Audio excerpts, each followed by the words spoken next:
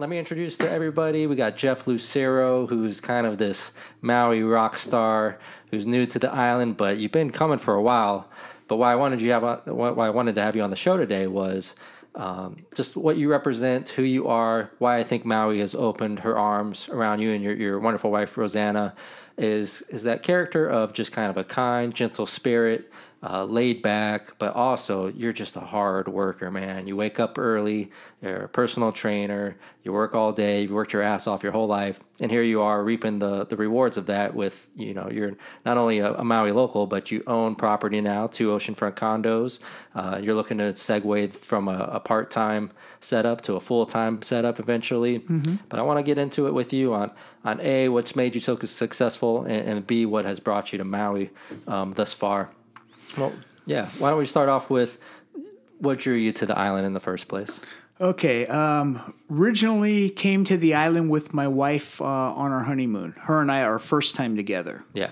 And we're both water people to start out with. My wife, she was on a outrigger canoe team when I first met her. Okay. I met her through my best friend who was the president of the outrigger canoe team. And they were trying to recruit me to be part of the team, but I was too busy at that time in my life. So Rosanna and I I have been surfing since I was 12 years old at Ocean Beach. And every opportunity I could get away, I would go to Mexico because I couldn't afford to come to Hawaii. Yeah. Yeah. Which is cool. So the first time I did come to Hawaii, it was in Oahu, and I was with 4 of my friends. We came over to go surfing, and I couldn't believe it. I was so disappointed because we were in Waikiki, and it's like, this is not Hawaii. Many years ago. Figure. And I really liked the feeling of Mexico a little bit spread out. Then I found the North Shore of Oahu, and I just loved it. It was completely different. It was like, I could do this. Yeah. Then started chatting with people, and then finding out that you're more of the Maui type of guy, and you be even the good Hawaii guy and stuff. So my wife and I, we got married, decided to come out here and have a good time and stuff, and we just fell in love with it right off the bat. What year was this?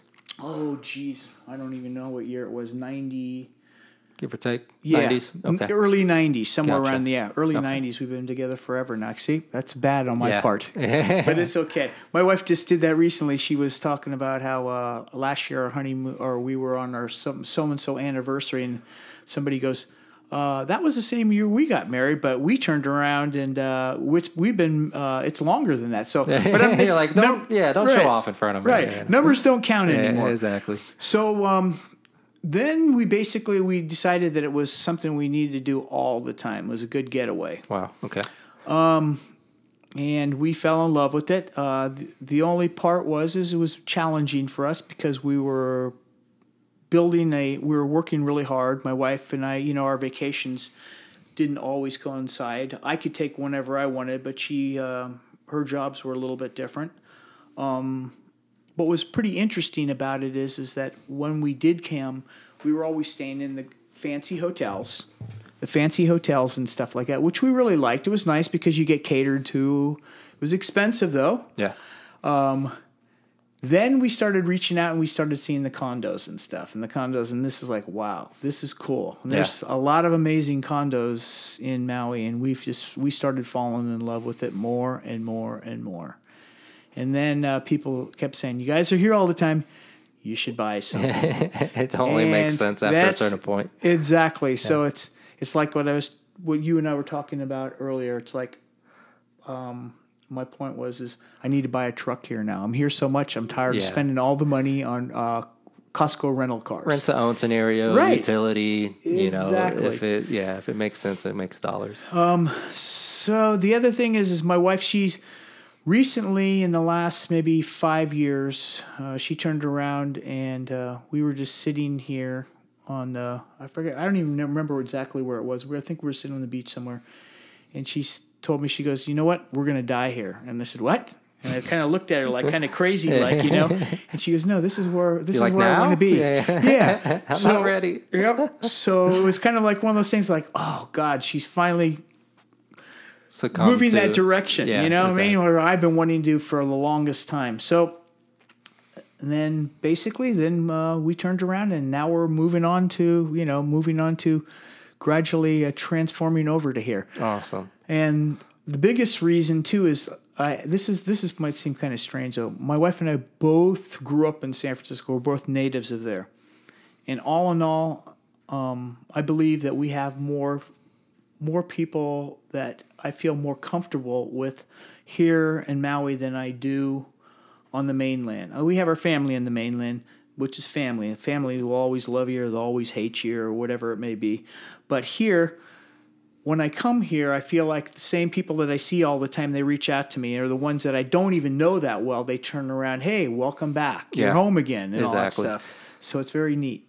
It's such a strange dynamic, too, because typically when people grow up in a certain place, they're used to that type of culture, that kind of interaction, communication. When they go somewhere else, it's like, I'm just not jiving with these people. I'm not relating, or this just was not my background. I don't feel the warmth. But your experience is the exact opposite, and which is great with the Aloha spirit of, hey, man, we're not going to take you for granted. It's a small town community. Relationships mean a lot. And, you give respect, so you get respect. So that's a big part of it. You're really friendly. You're a generous person. And that goes a long way on this island. Someone who come and kind of have too big of an ego, or thinks they're too cool for school, Maui might not be so open. So I think that's part of it, is you and Rosanna's spirit. But that's huge, because you are coming from this concrete jungle, and you're used to these types of relationships. And now this is feeling more than home, than somewhere that you've been for the majority of your whole life. Yep, it's amazing. It's really fun. It's the unique part about it is, in some ways too, is like when I've told people in the past, like I'm leaving in the next couple of days or something. They're going to where? You going on vacation? They think that because my wife looks like a local girl, and they think that we're both locals from here already. Just I don't know what if it's just the swagger, or just because we're laid back, or just because we're comfortable. Yeah. I don't know what it is. It's just something the way it is. This is home to you now. Yeah, it is. It is home. I feel more home here than I do in San Francisco. And I know my wife, she was really, I could see it in her eyes that she didn't want to leave last night to go back to the mainland. Exactly. That's how you know. Yep. I remember growing up, and I'll share this story really quick and we'll get back into it. I grew up in Las Vegas, and I would travel. I went everywhere, Mexico, California, all through, West Coast to East Coast, you name it. As far as the mainland goes, I visited. But every time I'd go on vacation, I can't wait to get back home. Then I was 23. I visited Kauai for the first time, and that was my first real vacation where I go, I'm not ready to go, man. I'm not homesick. I don't miss my bed. There's just something special here. And that's when it was inception. I just got this virus in me that's like, you got to get back to Hawaii. You got to get back to Hawaii. It took me about, I think 5 years later. I can't remember. Maybe I was 25. It only took me a couple years after that. And Maui was the place. And ever since, this feels like home. And now when I go on vacation somewhere else, as that same feeling applies of like, I can't wait to get home back to Maui. It's such a... You know where you belong when you get there, kind of thing. That's right. That's right. That's why the same year that we bought our first condo, we bought a timeshare in Kauai too. Yeah, we love Princeville up there.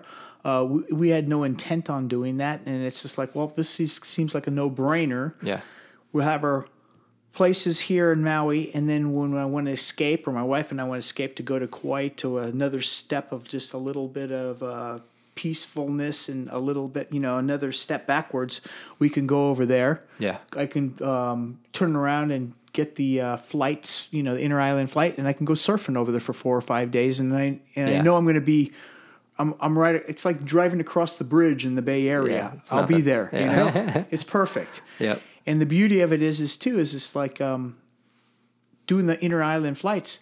I see all the locals and stuff. They got their surfboards on. They're jumping island to island. Yeah. It's awesome. It's a stone throw away. It is. Yeah. It's just a beautiful way of living and stuff. And you get there, and it's just like you look at the mountains, and there's you're looking at a cliff or a sheer wall, and it's maybe 1,000 feet to 2,000 feet, and there's 6 waterfalls falling off of it. Yeah. It's just beautiful. It's amazing. Well, for somebody who hasn't maybe visited to Kauai or Maui or doesn't understand the difference, can you summarize that a bit? I'll jump into that as well. Well, I think, gosh, me all in all, I like Maui the best because it has a lot of everything, the diversity and all these other things. And if I want the luxury of going and sitting down in a movie theater, I could do that with my wife. Yeah. Or if my wife decides that she wants to go do a little bit of shopping and buy something that's off the beaten path of not even the typical clothing or jewelry that you would wear anywhere particular, she can go there and go shopping. Yeah. All right. Kauai is a complete different. So I like the beauty of having a little bit of the luxuries of lots of things where I know I can take care of business here too. And I don't know, Maui's something special to me. My wife and I spent a lot of time tripping around the island in different places, and it's just like I keep finding these new things There's all some the hidden time. gems all the time. Oh my gosh, Yeah. it's amazing. Yeah, I've been out here 9 years now, and I still feel like I've only scratched the surface of things to do on Maui. People go, "Oh, do you get island fever?" This or that. I was like, everyone wants to take a vacation once in a while, but Sure. no, I don't get island fever. There's a lot for me to do, explore, rehash, and redo. And I feel like I've only done 10, 20% of the things that Maui has to offer. So it's really just getting off your butt and getting out. There's some magical things out there. Yep. Well, the thing that's funny about it is my mom said that to us too. She goes, "Oh, really? You're going to sell your house or eventually, and then you're going to move there completely." She goes, "You're going to get island fever." I go, "Mom, you're not looking at the big picture. Rosanna loves the water. Yeah. She's going to join an outrigger canoe team again eventually." And I go, "I surf, and I wouldn't mind joining an outrigger canoe team." Let me give too. this, I don't want to call it a warning, but it is a little bit of advice. If you're not an ocean person, which I've met people who kind of move out here and they don't get in the water, they don't have a need for it. Mm-hmm. Sometimes that island fever can take hold, you know, because that's what you're primarily, it's a big portion of the draw is the water activity, the water sports. You feel called towards it. It's something that you can drive by and it, changes your whole day. Yeah. But if that's off the table, then all right, maybe this space is it worth the premium? I'm not sure that, I've seen the opposite. Well, yeah, you're right on that level. But then again, too, I know from being here so much and stuff too, I run into a lot of people who they don't surf. Yeah. Any of that stuff. But they still maybe had it in their roots. The water, yeah, though. exactly. Yeah. You don't even have to jump in it, but you love the water. Yeah. I mean, there is something special, even just staring at a view. The sunsets. It's the spiritual. sun coming up in the morning, the sun going down. Yeah. It doesn't get any better than that. I mean, there's not that many places you get to see stuff like this. Too. And it's not all. I know some people who just love the weather patterns and the climate and then the pace of life. Mm-hmm. They maybe aren't so much the water type and they enjoy it. But if you're a little bit more active, it's tough. You don't want to take the water for granted because it just brings so much enjoyment. Oh, it's amazing. So everyone should be taking part of it if they live out here. And if you don't, you might feel a little landlocked from time to time. But a couple other pros and cons I wanted to get into Kauai versus Maui because you hit the nail on the head. Is when I was working back home, I had a lot of Hawaiian friends, and I said, "Hey, what's the best of all worlds for me? I've been to Kauai; it's the only island I ever visited. Should I move there?"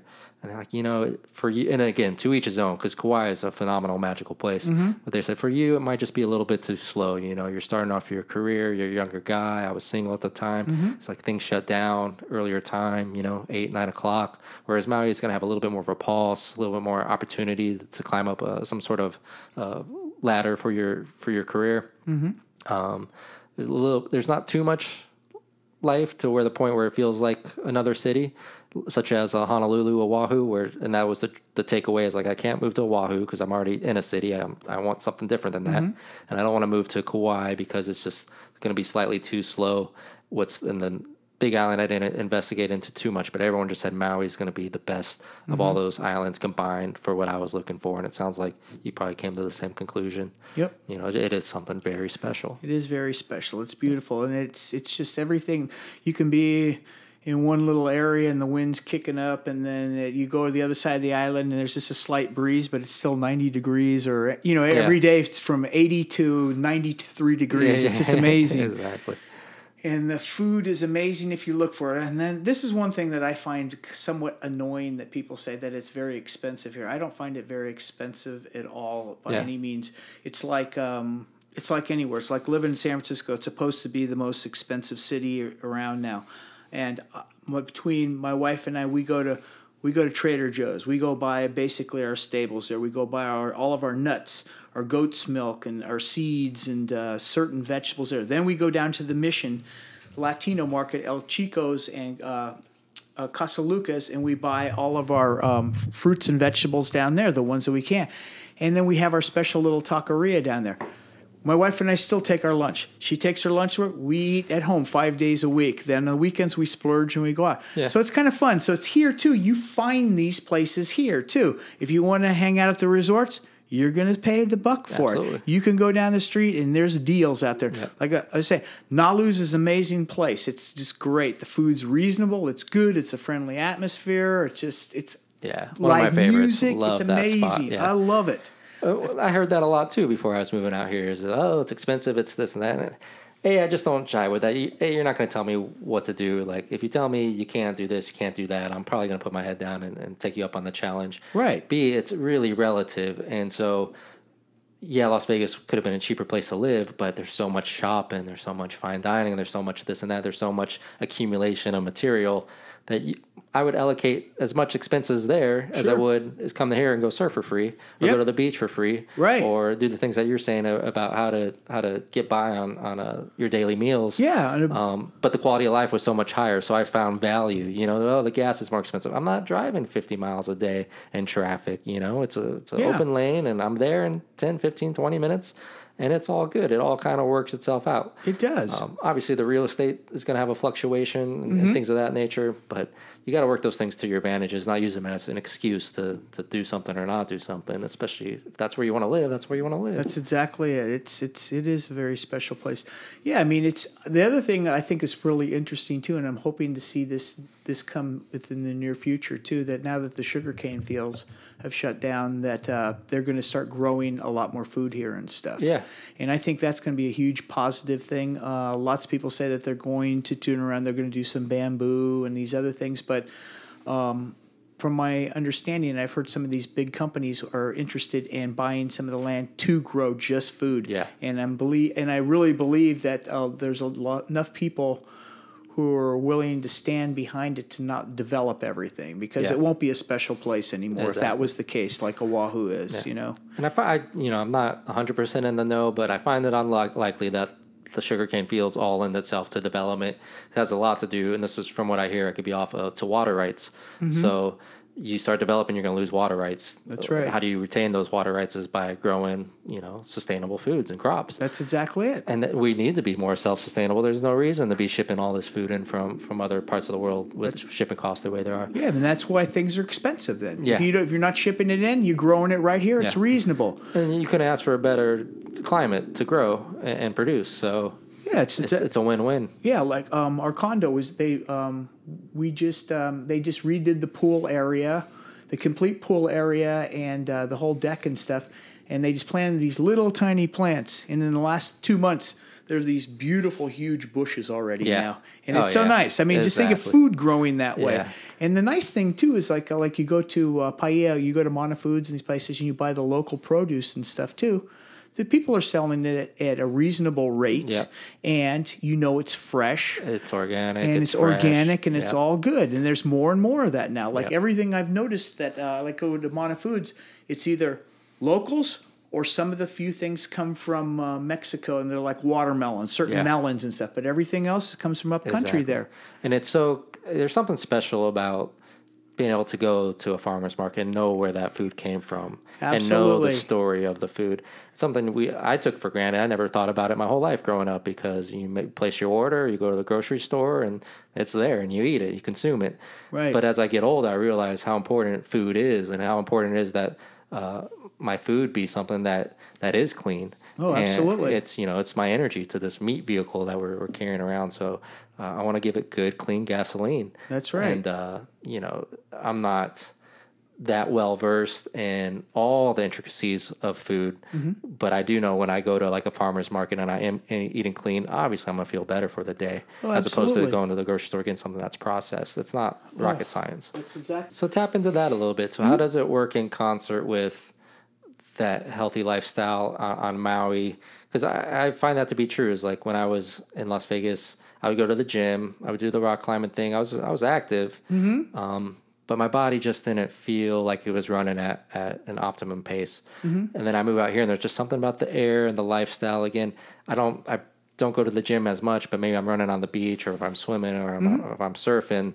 the sunlight. I don't know. It's a combination of maybe air quality and just your mind frame of just you don't have to try as hard. It comes in more naturally. It's a little bit more tribal in a sense. But what's your routine out here on Maui that helps to optimize that process? Well, first of all, I know when I'm coming here anyway, in general, is that you're in the middle of nowhere, and the air is all around you. It's just blowing in from everywhere, so you got fresh air all the time here, which is huge. Yeah. It's just you wake up in the morning, you breathe the fresh air. You don't smell the diesel fuel. You don't smell anything bad, and like I said too, it's just become part of my life. Even in the mainland, I eat healthy, and when I come here, it seems like it's even. It's not so much work doing it. It seems like it's part of the lifestyle that I should be living here because it is a better lifestyle here, and that's why I feel that it's simpler. Yeah. And it's really funny is that my wife, she follows my leads when she's here too. Instead of going and getting the ahi club at the restaurant or whatever, the ahi with the bacon, avocado, she's been turning around following my leads. I'm going to have the breakfast salad like my husband too. Yeah. And it's good. So the seeing that she's following that too. She's a very healthy woman and she exercises all the time too. But I know that she wants to be more so, and it's easier to be that way here. I would say probably the majority of people want to be healthy, want to work out daily, but you're almost a victim to your environment to some degree. You shouldn't be, no excuses. But if you're surrounded by 5 people and you go out to eat and they all order unhealthy, you're probably going to jump into that pool until you learn the discipline of it. That's right. So you're around more people who are going to be a little more self-aware, self-conscious of, all right, I don't have to get a full turkey and a full fried chicken. There's not a lot of fast food options, number one. Right. So that almost subconsciously just seeps into, all right, I don't need to have a 5-course meal today. We could have a nice salad or this, that, the other, ahi. There's so many good, fun foods that you can eat. Yeah. And it doesn't have to be a drag. I mean, there's some really good it's healthy delicious. food. Tastes delicious. Yeah. It is. It's like a no-brainer. It's simple. And once your body comes adapted to eating very comfortably, it's like you crave that instead of the other types of food. Like for instance, this morning I got up and I cut up a bunch of cilantro, threw it in my bowl, cut up a half of a cucumber, threw it in the bowl, took a whole avocado, threw it in the bowl, about 15 raw cashews, and I cut up probably about a 4 to 6 ounce piece of raw ahi, threw that in there, sliced it all up, and then I turned around and I took a lemon, squeezed the lemon on top. That was my breakfast. Yeah. And you feel good all day. Feel good all day. Yep. And that's it. Just roll with it. Yeah. I want to talk to you a little bit more about the surf. Because I think that's one of the best workouts you can ever have. Every muscle in your body. Yeah. Now, you were fortunate. You got to learn to surf when you were 12. I took up a surfboard when I was 25. And, I could probably pick up any other sport out there. But surfing was just such a big learning curve for me. And I grew up skateboarding, snowboarding, all the board sports. So I figured I would transition to this just fine. And I moved out here. I bought a short board, like a 6'8". I'm like, how hard can it be? It's not the ride and the wave part that's hard. It's paddling out and even making it past the break that was just, it felt like it was going to be impossible. The first place I tried to learn was Hokipa. And, it was probably head-high days. And I just figured it's just water. I got my ass kicked, and I was out of breath. I'm not a swimmer, and found respect. What those guys do are incredible. And a lot of people make it look really easy. They're doing just running laps out there. Are you still able to catch your 12, 15? Well, it's funny you say that, too, because we were sitting in the bar the other night, and my wife, when her and I first started dating, I used to go surfing at Mavericks all the time. Yeah. And for those who don't know, is just... It's somewhat of a big wave. It's a big wave. One of the world's biggest waves. And I've got thrashed there, and I've gotten hurt many times. And my wife, we were sitting in the bar the other night, and they were showing some films and stuff like that. And she just turns around and she looked at me in front of these people that we were sitting with, and she says, "Promise me you're not going to do that anymore." Yeah. And I said, I just told her, I just laughed, and I go, "Oh, Roseanne, I'm getting too old for. That's not what I'm looking for." But I go. If it happens, it happens, though. Draw still. Yeah, but there's some draw. That's my plan, is to do the best I can with what I have, and there's a lot of opportunities out here. And talking about the workouts and stuff too. I mean, yeah, every muscle in your body. I mean, you can go out there, and I remember days going out and paddling out and working my way through the white water. And the next day, the muscles in my face hurt, neck and face hurt. I've never been I was in the best shape of my life. When I first moved there, the first 2 years was a little bit of a sabbatical, and I had time. I was in the water probably 2-3 times a week, and I didn't have to do anything else. I was in the best shape of my life. And I've since lost that. I've lost those muscles and the ability to get out there and catch a good amount of waves. I'm trying to get back into it. Sure. But the beauty of it is too is you have a son. He's going to get a little older, and you and him can buddy up and go out there and do those fun things together. We've been taking him out to Kie Cove and getting him into some waves, and that's there's been a rebirth to the surfing because obviously, now you got a buddy to do it with. You're having some bonding time. It's special. And it is. It's special. It's spiritual. I wanted to pick your brain about your real estate experiences. Since you mentioned before when we started the podcast was you were staying in hotels, you were kind of doing the math, and you said, all right, why don't we buy one of these condos? What I don't think a lot of people understand or want to learn is that there is this vehicle for a consumer like yourself who could buy a second home and then vacation rent the product to supplement some of the overhead. So a lot of questions that I get and as a real estate broker is, am I allowed to rent that out? Can I rent it out for one night? Does it have to be 6 months? How does this work? What are the numbers like? What are the property management fees? What are the maintenance fees? What's the whole, pretty much just a P&L, profit and loss. And that conversation is more of an art than an exact science. And I love having that conversation. It usually takes me about an hour or two to run through them. And then, we keep educating our clients until they really have a grasp. But the truth is, you're not going to have a full grasp on how vacation rentals operate until you really jump into the pool. That's right. It's kind of a learning experience. It's a little bit of acting on faith.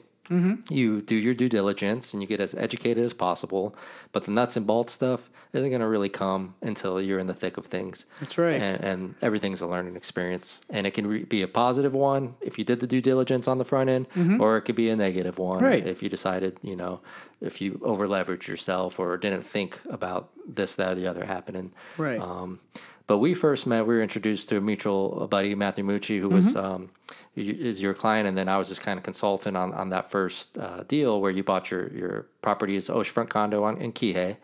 And tell us a little bit about that experience, maybe some of the fears or some of the positives, any takeaways that you could share with somebody who's potentially thinking about purchasing here on Maui a second home. Well, all in all, first thing I want to say on that is there is no negatives on it because I turned around and my wife and I just recently bought another one in the same complex. That's a good sign. So that was huge. It's not on the market. You've doubled down and you purchased the second one. Exactly. Yeah. Reason being that we bought the second one, not just because of the love of the place that we purchased.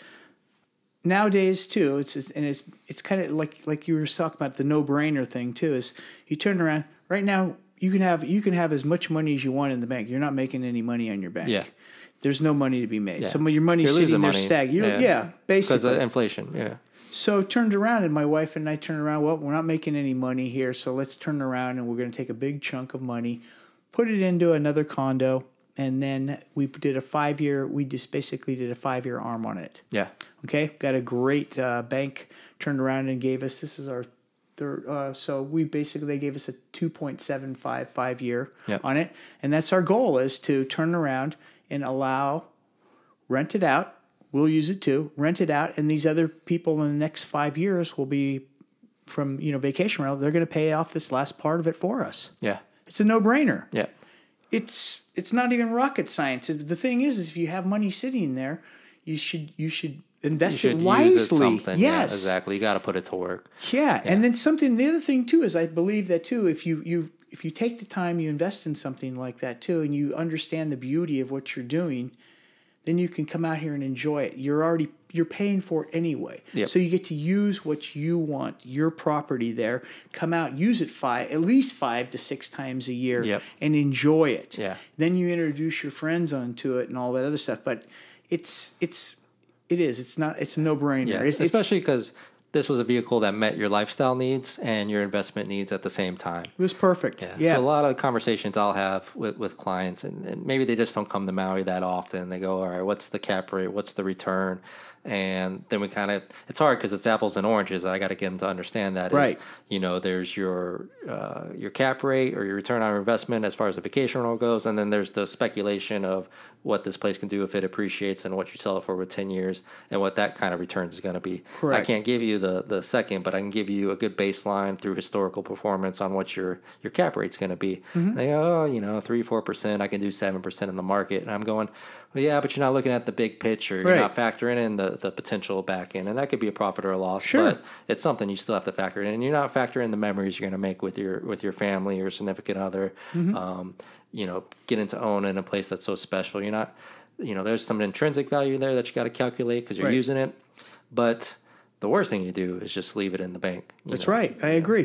Thing is, interesting about it too is that's why when my wife and I had met you and Matt, and I was saying I had this dream about doing the house right on the beach over in Hokipa area or Paia right off the bat, but I had no idea what. It was just a dream. It was like, oh God, this is the dream. Then turned around and realizing, looking at other properties when you guys showed us and all this other stuff, and then what my wife and I really, really liked was we had the Ondas had just opened up, and we really liked the layout of it. It was a small space. And I was so impressed that they took a small space and turned it into something so usable, and everything was hidden correctly. There's no telephone wires. There's no waste space. Yeah. No waste space. It was fabulous. They slid the windows open in front of the bed, which was the headboard, and here you're standing in the all-glass shower that's 12 feet long, and you're looking outside of there. So I was like, this is done right. Yep. So when we were looking, and then we kept blah, blah, blah, talking about stuff. And then you turned around and you said, you know what?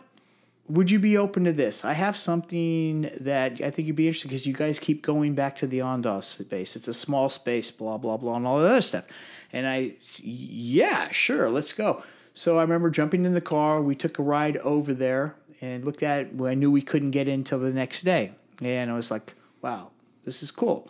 Went back, decided, found out when we were going to meet and all that other stuff. And then Rosanna and I were staying not too far from where your office was and stuff. And we turned around. It was the Akahi Village or what? I think Akahi Village we were staying at that day.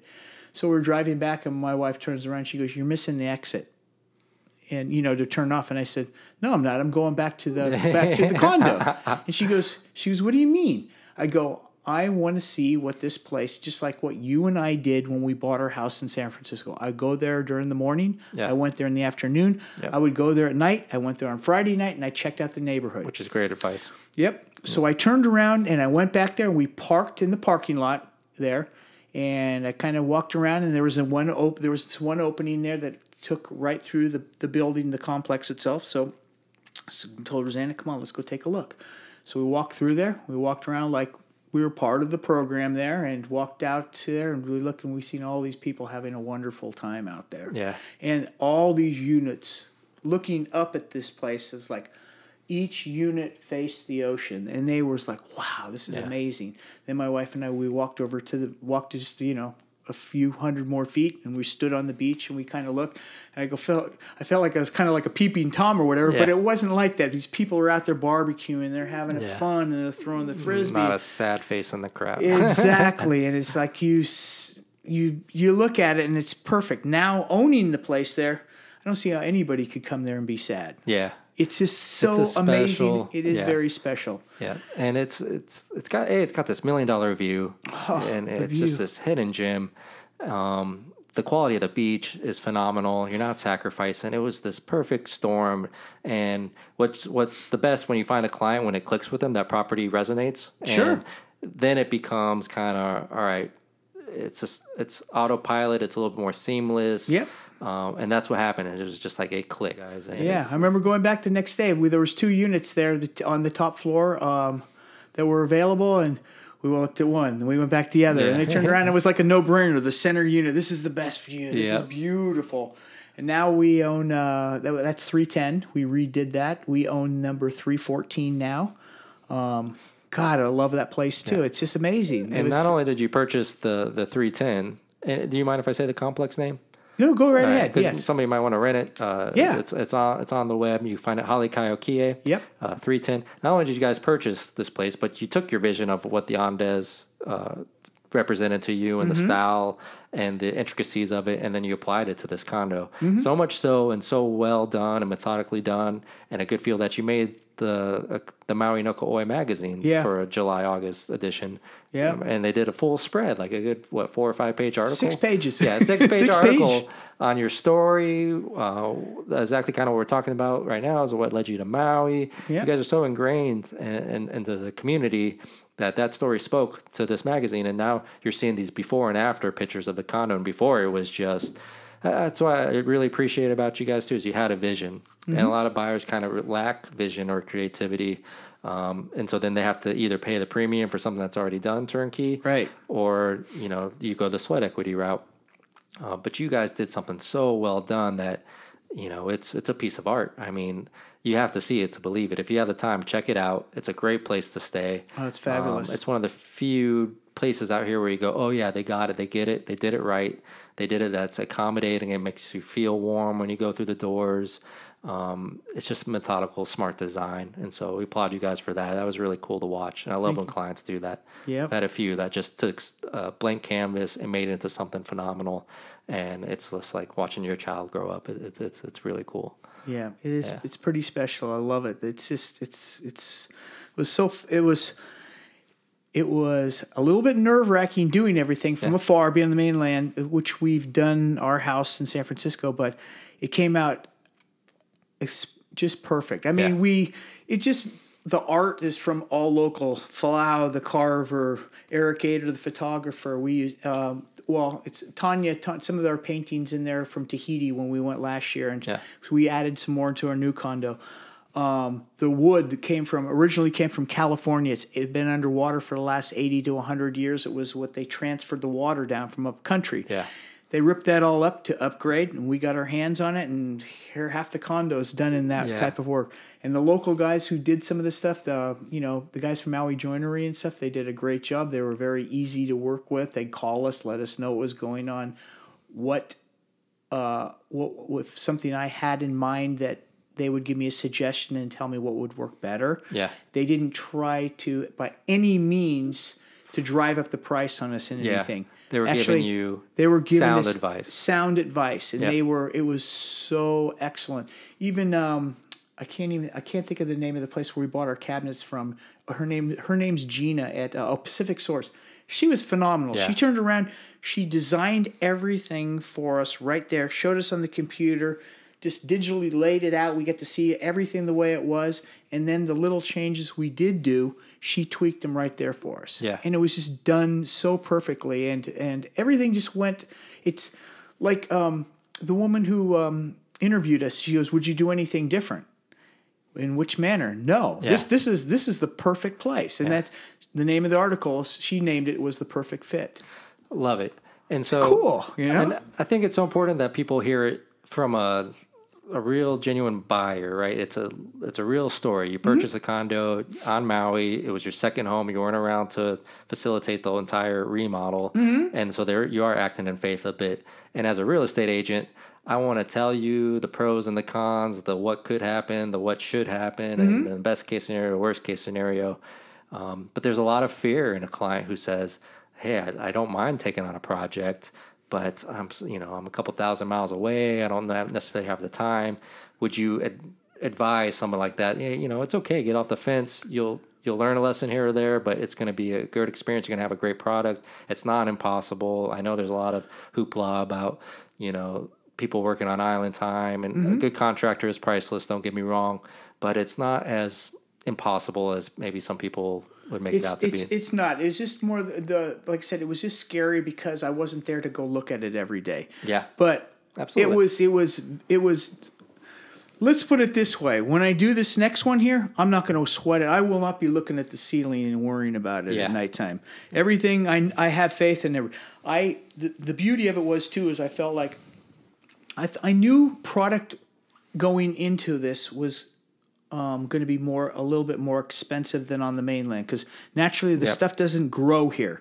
They turn around, you have to have it shipped that goes from wherever it goes to, that goes to Seattle, and they bring it out on containers. So you're paying a little bit more for that. But my wife and I, to this day, we chatted about it the other day, how we weren't gouged for anything. Yeah. Nobody turned around and gouged us. If you look at the overall picture of what we put into it and the workmanship that they all did, everything was done fairly. Yeah. It was awesome, I thought. Yeah, everybody was great here. Yeah. And, well, you know, for the right client, I love to promote the rehab because, it's not like the mainland where everything's rehabbed and it's easy to get your hands on high-quality materials and things are pretty streamlined and it's just set it and forget it. Here it does take a little bit of added effort, but now you stick out like a sore thumb, especially on the rental market. You have something that everybody's looking for. Oh. It's sharp, it's desirable, it's, again, can't say enough, a smart design, it's welcoming, it's everything you'd want in a vacation rental. Mm-hmm. And all your competition, for the most part, I'd say 90% of it, wicker furniture, could care less, old dated tile, or maybe original, 30 years old, and no love, no thought put out to it. Right. And so it's just good business sense, on the back end. It is. So it's something that someone could easily take advantage of in this market. And because now you're not in a you stand alone, you're dominating the competition as opposed to trying to compete with the neighbor next door with just old, beat up, crap furniture. Well, that's exactly it too. And it's not just that, it's the personal pride you put in it. If I'm going to go stay somewhere, I'm going to pay big bucks, it's not a lot of money to stay there, but if I'm going to stay somewhere and I'm paying a fair amount of money, I want to stay somewhere that's nice. Yeah. And even I got to say, that's comfortable. There's a lot of funky, cool hotels here and stuff like that too, but some of them I just don't really believe they're worth it anymore. Exactly. I mean, I that's why when the Ondas, when I was so surprised that they took something and turned it into a gem.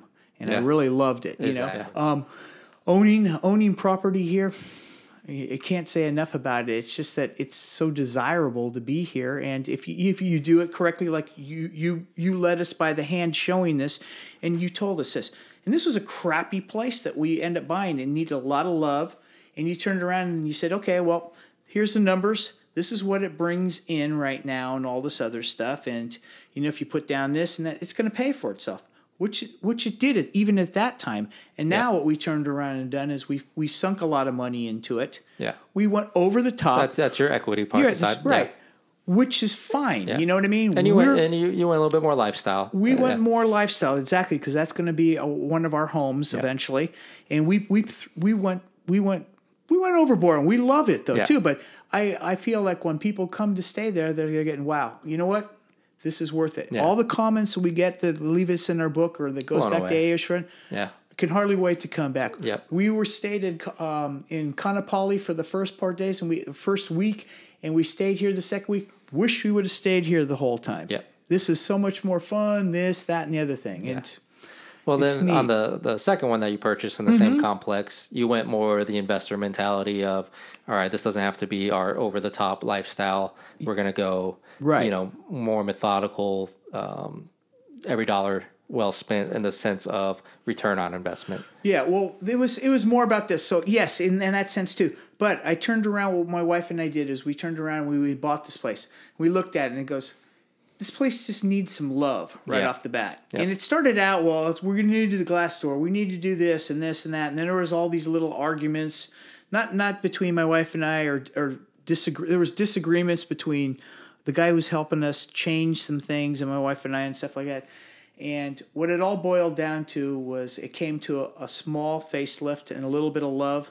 And it's just like I showed pictures to friends and other people and even the girls at AA Oceanfront, they turned around and like, holy cow, you added a refrigerator, a pull-out couch, some light gray paint, a little bit darker gray paint, some more artwork. Yeah. And holy cow, you turned this into something special already, you exactly. know? And that's what it'll take. That's another thing I always preach to clients is it doesn't take as much as you think. No. And quite the contrary is that if you just think outside the box and think smart design and think creatively, it goes such a long way. Like in the vacation rental that I manage, you know, we put in welcome iPads in the front. That wasn't something that was expensive. It's a little iPad mini, a couple $100.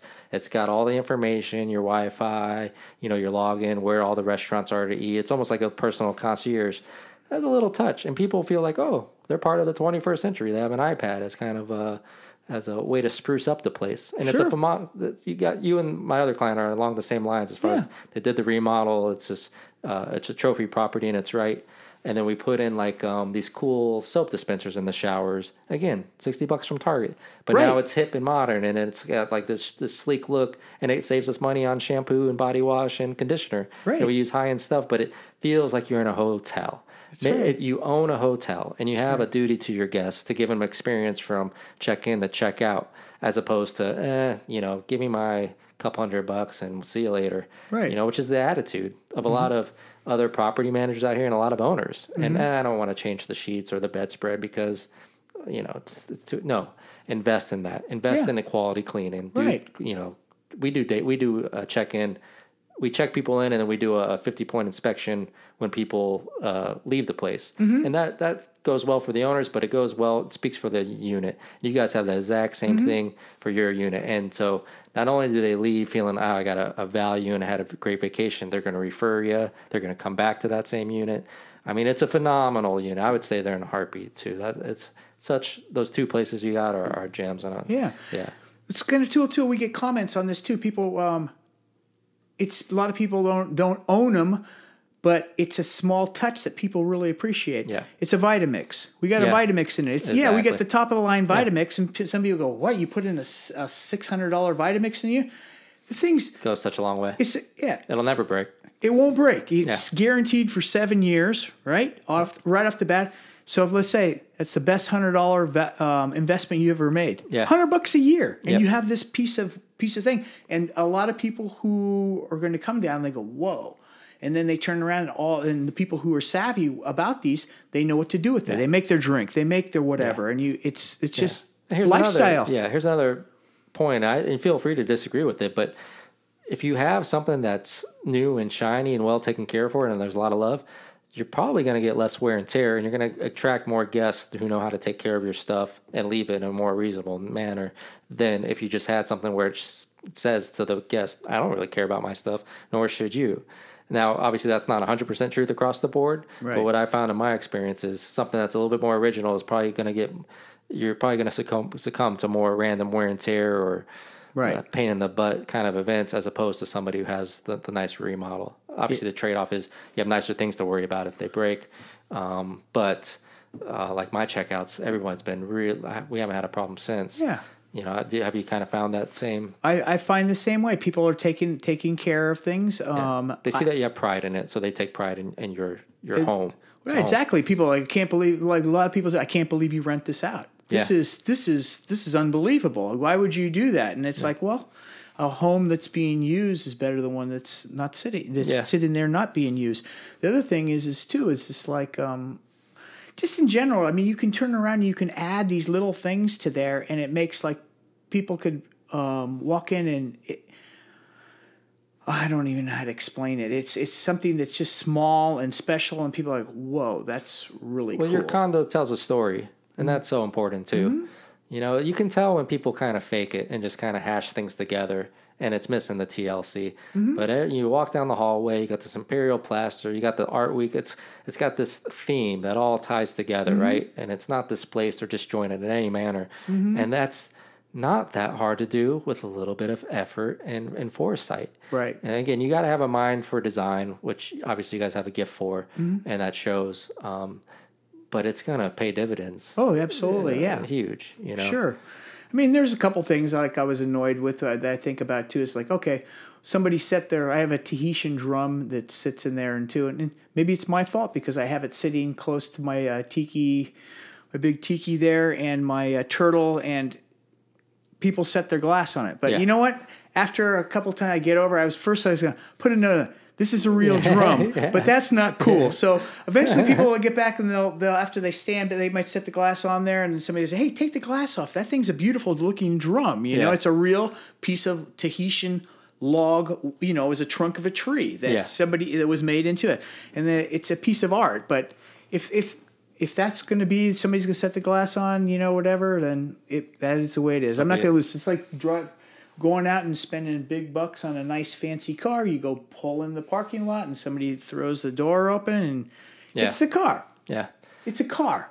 If you're going to lose sleep over it, or if it's going to cost you too much stress for maybe you have a piece in your vacation rental, then just take it out. Yeah, you know, that's exactly and it. It's all perspective, right? So it's all perspective. Obviously this is a lifestyle unit. It's something special. There's some fragile aspects to it. If somebody was a little bit more sensitive to that, then I would just lead them in. All right, so we go tile, we go type of furniture that looks good, but if it breaks, it's easily replaceable. It's all replaceable anyway. Exactly. At the end of the day, but I gotta work within people's comfort levels. Sure, you know? And that advice can be easily custom tailored. So, that's right. You know, it's just a lot of people operate. And again, if real estate's not your game, it's not what you want to invest into. That's totally understandable as well. Mm-hmm. But you know, I think there's a lot of unknown, and that causes a lot of hesitation, as it's already an emotional process in and of itself. Mm-hmm. But I encourage people to follow your guys' footsteps if they're thinking about it, because it's been great to watch it, you know, grow and then produce into this beautiful condo, and it's been great to watch you guys enjoy it so much. You're out here, you know, once a month, it feels like. We are, and we love it too. The other thing too, it's like, to me and my wife too, it's kind of a no-brainer too, and in a sense, like, we live in San Francisco property, San Francisco. It's 7x7. Yeah. And I tell people too, they say, oh, there's these great investments over here and stuff like that you could buy here. You know what? Living here, this is a small island. Yeah. And if you buy a piece of this island, that's all there is. Yeah. And you have it, and then it's yours, and that's it. And you're getting something really special because it's an island. Exactly. It's nothing. It's not going to go wander or whatever. It's just, it's special, you know? It's you know, the age-old saying in real estate is location, location, location. And I think we take that for granted, but you have something that's irreplaceable, right? This, not only is the island itself special, but the culture within it and the vibe is something that's you can't find in most places in the world. So, you know, you got to experience to understand it. If it resonates with you, then there's a reason why Maui's resonating with you. You know, that's you got why to kind of listen to that voice. 2 million tourists come here. I think that's key, and I ask that because sometimes people ask me, all right, what about market cycles and what about this and that? And it really boils down to what you just said, the timing, right? I can't tell you what's going to happen in the future. Right. But if you feel like the timing's right for you, that's probably a big sign that you're in the right direction. That's right. Because you don't have a crystal ball either. No. And maybe it is a good time in the market, but if it's not a good time for you, that supersedes. And maybe it's not the best time in the market, but if it's the right time for you and you know that you can wait out a few cycles, it's going to all work out at the end of the day, historically. Yeah. So you got to do what's best for your lifestyle and for yourself, as opposed to worrying about, am I missing out, or am I market timing just right? Nobody can market time just right. It's impossible. It's funny though how a lot of people they like I guess they say what the word was, they want to drink the Kool-Aid and they get, wow, this is cool. I could do that. Yeah. And you discuss it with them a little bit, what you're doing, and it's just like, well, you know, whatever. And then all of a sudden they go, wow, I could really do this. And then all of a sudden they get cold feet, and it's just like, but why would you get cold feet if it's a no-brainer and you can afford to do that? I call it analysis paralysis. Yeah, there's always two sides of the spectrum. One person who's too willy-nilly and doesn't give thought to any sort of downside, and they're on the left side of the spectrum. And then your other right side is your complete analytical, maybe numbers cruncher, who is a type A personality in the sense of when you walk into the room, and this is a real thing, and I've talked to a lot of really smart people with it. I walk into the room to the type A person and go, what's wrong with this room? What is there to be worried about? What, you know, and that's just in the first thing on their mind. I walk in the room and I'm looking for positives, like, oh, this is a comfortable room. That's what's natural to me, and maybe more natural to you. The type A person has a real struggle, and maybe it's not, I shouldn't say type A, but this type of person who thinks worst case scenario in every endeavor that they do, it's going to be naturally more hard for them. And so, Sure. yeah, this all makes sense. It's what I want. But what if the market crashes tomorrow? You could say that for everything in life. That's absolutely correct. Yep. It's not a healthy way of living. To be on those extreme ends of the spectrum, both of them are wrong, in my opinion. You want to find that healthy balance that works for you. So cool, man. We'll wrap this up because it's going to be my first podcast where we shot right at sunset. And so it's going to be nice, bright lighting at the beginning, and then it's going to be dark lighting at the end. That's excellent. But all good. Very much. A lot of fun, man. Appreciate you coming on. My pleasure. And obviously, we'll be hanging out. If you see Jeff Lucero on the island, say hi. He's the nicest guy. Buy him a beer. And always easy to pick your brain. So thanks for coming on, my man. Thank you very much for having me. Appreciate Aloha. it. Cool. Mahalo. Thank you.